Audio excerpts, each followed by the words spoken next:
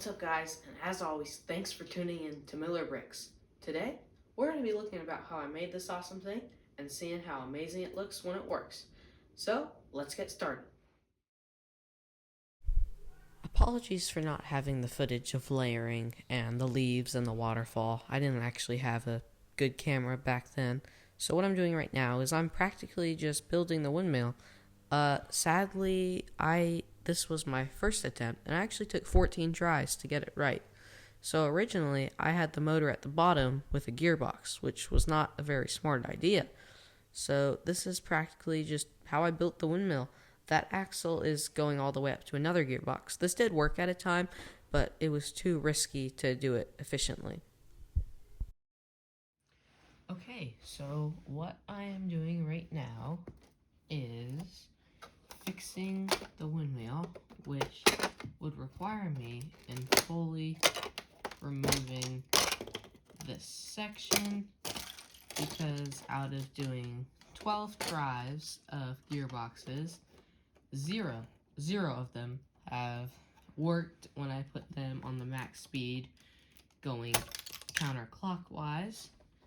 So with that being incredibly annoying, I had no other choice but to do what I'm doing right now, which stinks, and I did not want to do this at all, but I really did not have any other choice, which once again, this is incredibly frustrating that I have to do this, but it's all part of the process, so that's okay, I guess.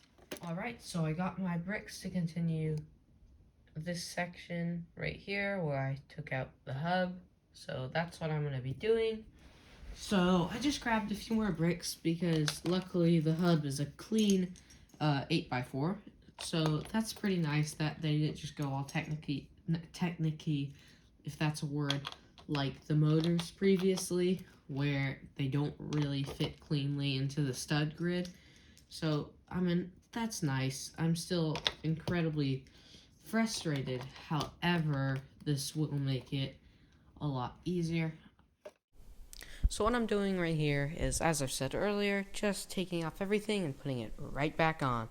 So I had to redo the support beams because that's where all the wiring from the hub and motor was. So I'm just redoing that. It took me a little bit because these wires are really annoying because you can't really adjust the length. Now I'm flattening out a space for the windmill, and as you saw in the last segment, it was already very nicely put together, so it doesn't really matter that I had the axles running through it. I can just run the wire through it now. So now I'm hollowing out a space for to put the hub in, and I'll find the best snot pieces to cover it right up. I tried it with an axle, and then I was like, no, I should just use the motor.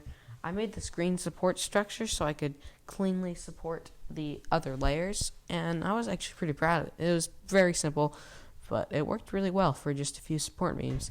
And now I can put the next section of the windmill on, and what I'm doing next is I'm letting the wire hang loose so I can just put the axle through, and now, after doing the exact same thing as making the windmill, I'll just add a simple gearbox, the same mechanics as the last one, put the blade on, do some tests. Okay, so now we can move on to the fun stuff. So we can, instead of just having to do the engineering of the windmill, we can do fun stuff. So how about we add trees? So I'm using a pretty basic technique, using these upside down floral pieces on a brown opaque lightsaber piece, as well as some others, and then you just stack them with differing order, so it kind of creates a pine tree-esque feel, and then you just choose what looks like a good spot for it. So I'll put this first one right here, and I have a ton more of them, so then you can just start to kind of like fill in where everything goes. And I love this build because it's mini scale, so I'm able to play around with different techniques and not be restricted to making them fit minifigure size. I can really just do any size I want, which is really nice. So yeah, I don't have much to say about these trees. Just really fun that it's not minifigure scale. So now it's time to move on to the really brainless stuff. So I'll just be making strawberry plants with a few of these to give kind of a purpose for the windmill, that it's like pumping water. And some people hate doing repetitive stuff like this, but I really love it because I can just sit down, relax, and build thousands of those. So yeah. Apologies for the exaggeration. I probably only built like 60 of them, but still a lot. Still very relaxing.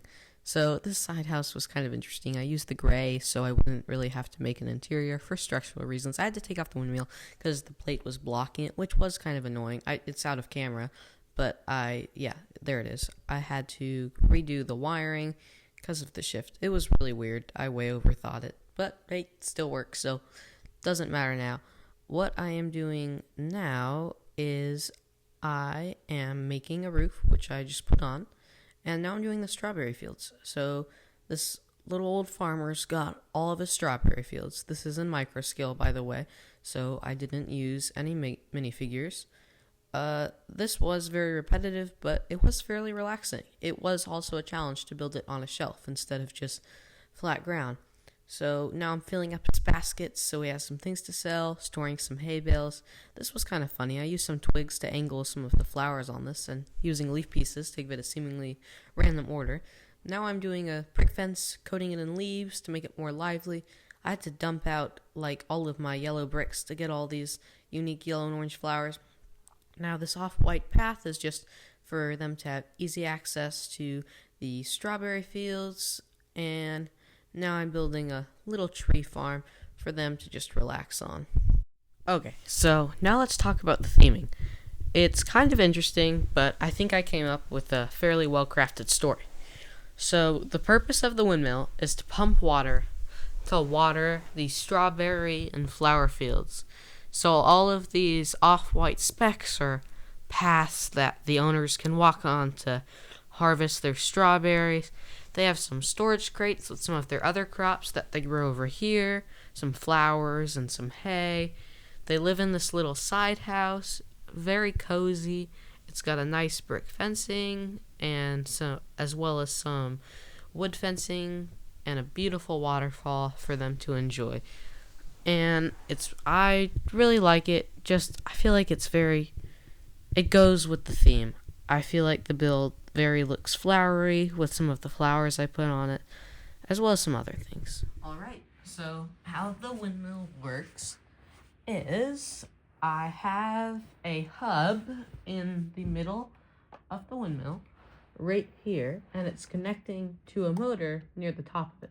So when I click it, I go onto the LEGO Powered Up app, and it'll sync. That white light means it's connecting, and when it turns blue, it's connected. So then, that's going up to a motor near the top, which hooks up to a gearbox, which spins the blade. So let's turn it aside, and voila. So that's pretty much how it works. I really like it. It's satisfying, and I think it goes pretty well with the scene. I don't want to get flagged, so right here, just use your imagination to whatever woodland creature would leave this. Alright, I hope you found this video interesting. I hope it sparked some creativity. And as always, thanks for watching.